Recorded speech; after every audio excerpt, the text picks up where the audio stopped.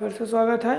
और मैं शिवम सिंह, जैसा कि आपको कुछ वीडियोस दे रहा हूं जो कि तत्वों की विशेष जानकारी आपको दे रहा है। मतलब कि एक एक तत्वों की मैं आपको स्पेशल वीडियो बना करके दे रहा हूं और उसमें मैं किसी एक ही तत्व को उठा करके और उसके विषय में जितनी भी A to Z जानकारी मैं आपको देने का प्रयास कर रहा हूं। तो आज की इस वीडियो में मैं नाइट्रोजन की जानकारी देने वाला हूं और ये दिखाऊंगा आपको कि नाइट्रोजन क्या है, इसकी खोज किसने की और ये कैसे कैसे रिएक्ट करता है। तो बिना देर किए ये वीडियो को शुरू करते हैं। जैसा कि हेडिंग आप लोग देख रहे होंगे, नाइट्रोजन की जानकारी मीन्स नाइट्रोजन क्या है, इसकी खोज किसने की। तो अगर यहाँ मैं सबसे पहले खोजकर्ता की बात करूं तो नाइट्रोजन की खोजकर्ता में ये बताया जाता है कि रदरफोर्ड और सैले ने वर्ष 1772 में पहचान की थी। क्या पहचान की थी उसने? इन दोनों बंदों ने ये पहचान की थी, रदरफोर्ड और सेले, ये दो बंदे थे, इन दोनों ने यह पहचान की थी कि हमारे पूरे वायुमंडल में दो प्रकार की गैसें हैं। एक गैस तो इस प्रकार की है जो एकदम निष्क्रिय है और एक गैस इस प्रकार की जो एकदम सक्रिय है। तो वो दोनों गैसें कौन थी आज हम लोग जान गए हैं। उन दोनों गैसें में एक आपका नाइट्रोजन था और एक आपका क्या था, ऑक्सीजन। ऑक्सीजन को इन लोगों ने बोला कि ये सक्रिय है, लेकिन नाइट्रोजन को इन्हीं लोगों ने बोला कि ये क्या है, निष्क्रिय। और वास्तव में नाइट्रोजन जो है एक निष्क्रिय गैस होती है। फिर उसके बाद इन्होंने ये चीज़ 1772 में पहचान किया कि भैया इसमें दो प्रकार की गैसें हैं, लेकिन इसका इन लोग कुछ नाम हम पहले नहीं जानते थे। लेकिन प्रथम नाम इसमें जो सैले ने रखा, इसी को एजोट कहा। सैले ने इसी गैस को जो निष्क्रिय थी इसने एजोट कहा। एजोट का मतलब ये होता है कि कोई एक ऐसा पदार्थ जो किसी के साथ भी क्रिया नहीं करता है, तो इसने इसको इसीलिए एजोट नाम रखा।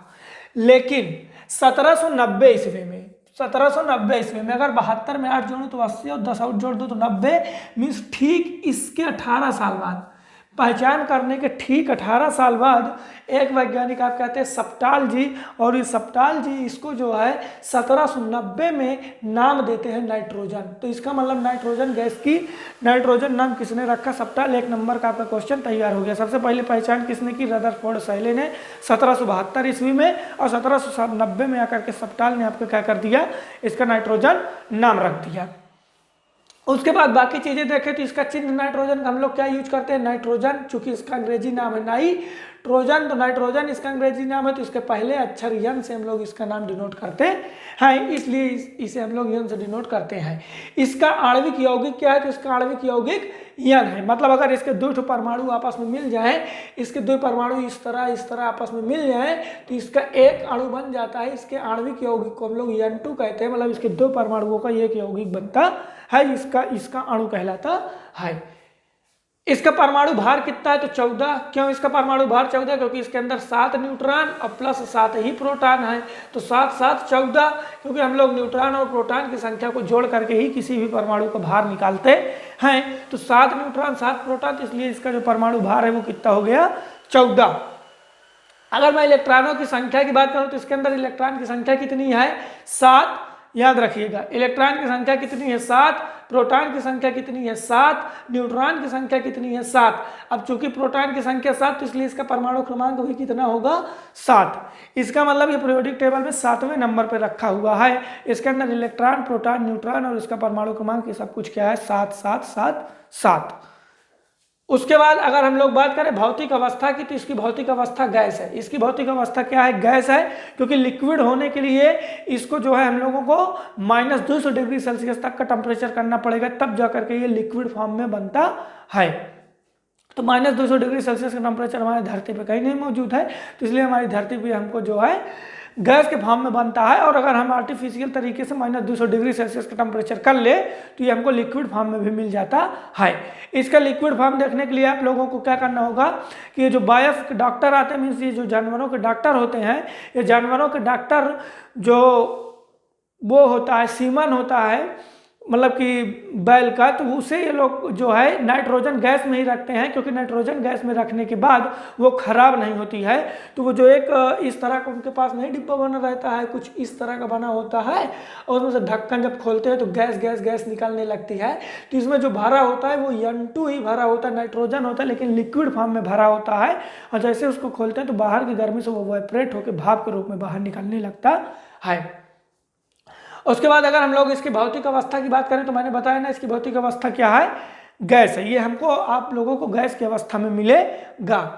इसका भौतिक गुण क्या है? तो इसका भौतिक गुण क्या है कि ये अक्रिय गैस है। पहली बात तो एक प्रकार की अक्रिय गैस है, ये किसी से रिएक्शन नहीं करेगी। और उसके बाद दूसरी बात क्या है कि यह रंगहीन है। अब यहाँ पे अक्रिय होने का मतलब ये नहीं है कि ये किसी के साथ रिएक्शन नहीं करेगी, लेकिन कुछ ऐसे तत्व हैं जिनके साथ ये अपक्रिया करके कुछ यौगिक बना के अपने आप को स्थायी रखना चाहती है। वायुमंडल में मात्रा, हमारे वायुमंडल में कुल मिला के 2 ही गैसें सबसे ज़्यादा हैं और बाकी 1% में सारी गैसें हैं। तो उन 2 गैसों में सबसे ज़्यादा हमारा नाइट्रोजन है और फिर ऑक्सीजन है। तो नाइट्रोजन की मात्रा कितनी है? तो 78%। हमारे पूरे वायुमंडल को 78% नाइट्रोजन ने घेर करके रखा है और ये हमारे लिए वरदान ही है, क्योंकि नाइट्रोजन गैस होने के कारण से ही इतना ज़्यादा निष्क्रियता हमारे वायुमंडल में है कि सब हमारे वायुमंडल में वो जो है बिजली बहुत ज़्यादा नहीं गिरती है। नहीं तो अगर नाइट्रोजन ना होती और ऑक्सीजन की मात्रा सबसे ज़्यादा होती तो डेली यहाँ पे बिजलियाँ गिरती, मतलब जो आप लोग बोलते हो ना बिजली गिर रही है, तड़ित जो होता है वो डेली हमारे यहाँ गिरता। तो नाइट्रोजन की होने की वजह से ही हमारा वायुमंडल पूरा निष्क्रिय बना हुआ है कुछ हद तक। बाकी बहुत सारे आयंस अब भी वायुमंडल में मौजूद हैं। वायुमंडल में मात्रा कितने हो गई? 78%। इलेक्ट्रॉनिक विन्यास, अगर हम लोग नाइट्रोजन के इलेक्ट्रॉनिक विन्यास की बात करें तो नाइट्रोजन का इलेक्ट्रॉनिक विन्यास है 1s2 2s2 2p3। मीन्स इसके अंतिम कोश में कितने इलेक्ट्रॉन है? तो इसके अंतिम कोश में आपके 3 2 5 इलेक्ट्रॉन है। अब इसे 8 इलेक्ट्रॉन पूरा करने के लिए किसी से 3 इलेक्ट्रॉन लेना होगा, इसलिए इसकी संयोजकता -3 हो जाएगी। तो इसके अंतिम कोश में कितने इलेक्ट्रॉन है? तो 5 इलेक्ट्रॉन। इसका अंतिम कोश का किस ब्लॉक में जाएगा? तो पी ब्लॉक में जाएगा, है ना। पी वाले ऑर्बिटल में इसके अंतिम इलेक्ट्रॉन जाते हैं। और उसके बाद हम लोग यहाँ पे देखें इसका गलनांक, तो इसका गलनांक -210 डिग्री सेल्सियस है। अगर मान लो ये हमने इसको 211 डिग्री सेल्सियस कर दिया माइनस में टेम्परेचर, तो ये ठोस बन जाएगा। और जैसे ही -210 डिग्री सेल्सियस के टेम्परेचर में आएगा ये पिघलना स्टार्ट हो जाएगा और पिघल करके लिक्विड बन जाएगा। और -210 डिग्री सेल्सियस से लेकर के 195 डिग्री सेल्सियस तक ये लिक्विड रहेगा। लेकिन अगर -195 डिग्री सेल्सियस का टेम्परेचर होगा तो ये उबलने लगेगा, मीन्स गैस बन के बाहर निकलने लगेगा। तो अगर हम लोग लिक्विड नाइट्रोजन को यहाँ पे लाएं और अगर इस तरह अपने हाथ में डालेंगे तो मान लो अगर इतनी दूर से हम इतनी दूर गिरा रहे हैं तो यहाँ हमारे जमीन हाथ में वो गिरेगा नहीं, हवा में वो गैस बन के उड़ जाएगा, क्योंकि हमारे यहाँ का जो समान टेम्परेचर है वो 25 डिग्री सेल्सियस है। इसको तो -195 ही दे देंगे तभी वो बन करके उड़ जाएगा। तो ये इतनी ठंडी नहीं झेल सकता है, इसके लिए गर्मी है।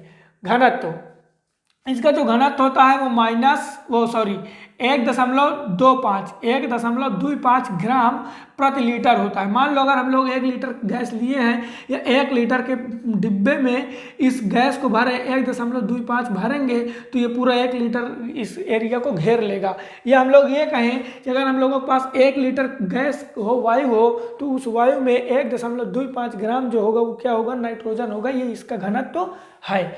इसमें ध्वनि की चाल, नाइट्रोजन में जो ध्वनि की चाल होती है वो 395 मीटर पर सेकंड होती है। कितना होती है? 395 मीटर पर सेकंड होती है ध्वनि की चाल। मान लो जैसे कि जिस ये रूम में मैं खड़ा हूँ, इस रूम में मैं पूरा नाइट्रोजन गैस को भर दूँ, तो इस नाइट्रोजन की गैस को मैं भर दूंगा और यहाँ पर मैं ध्वनि अगर मैं बोलूँगा तो मेरे ध्वनि की जो चाल होगी वो 395 मीटर पर सेकंड होगी। मीन्स 1 सेकंड में 395 मीटर चल जाएगी।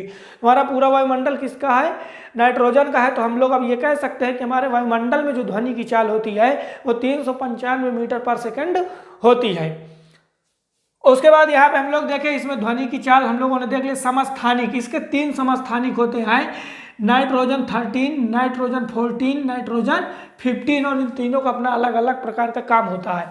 नाइट्रोजन 14 और नाइट्रोजन 15 ये तो हमारे वायुमंडल में अस्थायी रूप से हैं, लेकिन ये नाइट्रोजन 13 का परमाणु जो है ये कुछ क्षण के लिए बनता है लेकिन अस्थायी नहीं रहता है, इसमें परिवर्तन होते रहते हैं। ये वेरिएबल की तरह होता है लेकिन ये दोनों कॉन्स्टेंट की तरह बिहेव करते हैं। अगर हम इसकी संयोजकता की बात करें तो इसकी संयोजकता -3 है, क्योंकि इसके अंतिम कोश में 3 इलेक्ट्रॉन की कमी होती है और ये 3 इलेक्ट्रॉन किसी से ग्रहण करके अपना स्टक पूरा करता है, तो उसमें इसकी संयोजकता कितनी होती है? -3 की संयोजकता होती है। ये किस ब्लॉक में रखा हुआ है? तो भैया ये पी ब्लॉक में रखा है। पीरियोडिक टेबल में ब्लॉक कितने? 4, यस, पी, डी, एफ, और उसमें ये किस में रखा हुआ है? पी ब्लॉक में रखा हुआ है। इसके आवर्त कितना है? तो आवर्त दूसरे आवर्त में रखा हुआ है। और किस वर्ग में रखा हुआ है? तो 15वें वर्ग में रखा है। तो अगर पीरियोडिक टेबल में जाए तो हम पी ब्लॉक में जाएं और ऊपर से गिने पड़ी रेखा को 1 2 और उसके बाद 15वां वर्ग देखेंगे तो जहां भी उंगली रख देंगे वहीं N लिखा है, वही नाइट्रोजन है। उसके बाद इसके प्रमुख यौगिक हम लोग देख लें, जैसे NH3, आपका अमोनिया N2O नाइट्रस ऑक्साइड, इसे आप लोग लाफिंग गैस के नाम से जानते हो, NO2 नाइट्रोजन डाइऑक्साइड, और यहाँ पे आपका NHNO3 नाइट्रिक अम्ल है। तो इस तरह या कुछ तत्वों से मिल करके नाइट्रोजन जो है अभिक्रिया करता है। नाइट्रोजन के कुछ प्रयोग, तो नाइट्रोजन का प्रयोग जो है चीज़ों को सुरक्षित रखने में करते हैं। कुछ चीज़ें हो जिनको हम ना खराब होने पाए तो उनको हम नाइट्रोजन के संपर्क में रख दें या नाइट्रोजन से पैक कर दें उनको, तो खराब नहीं होगा। जैसे आप लोगों ने चिप्स खरीदा होगा, कुरकुरे खरीदा होगा बहुत सारा, उसको आप लोग देखते हो तो वो फूला फूला रहता है, तो उसके अंदर एक गैस भरी होती है। वो गैस कौन सी होती है? तो वो नाइट्रोजन गैस होती है। एक नंबर का पूछा जाता है, वो नाइट्रोजन गैस होती है। क्यों भरी होती है? जिससे जो है आपका वो चिप्स उप्स जो है ऑक्सीडाइज ना हो और ये खराब ना हो, खराब होने से बच जाए। और उसके बाद जो हम लोग जो है बैलों से सीमन निकालते हैं उसको भी हम लोग नाइट्रोजन के संपर्क में ही रखते हैं, जिससे वो खराब नहीं होता, किसी चीज़ से रिएक्ट नहीं करता है। तो ये कुछ अच्छी सी और सरल जानकारी रही नाइट्रोजन के विषय में। इस तरह से नाइट्रोजन को हम लोगों ने पूरा जान लिया। अगली वीडियो में मिलते हैं। अगली वीडियो में हम ऑक्सीजन को लेकर के आएंगे, जो कि प्राणवायु हमारे लिए सबसे ज़्यादा इंपॉर्टेंट है।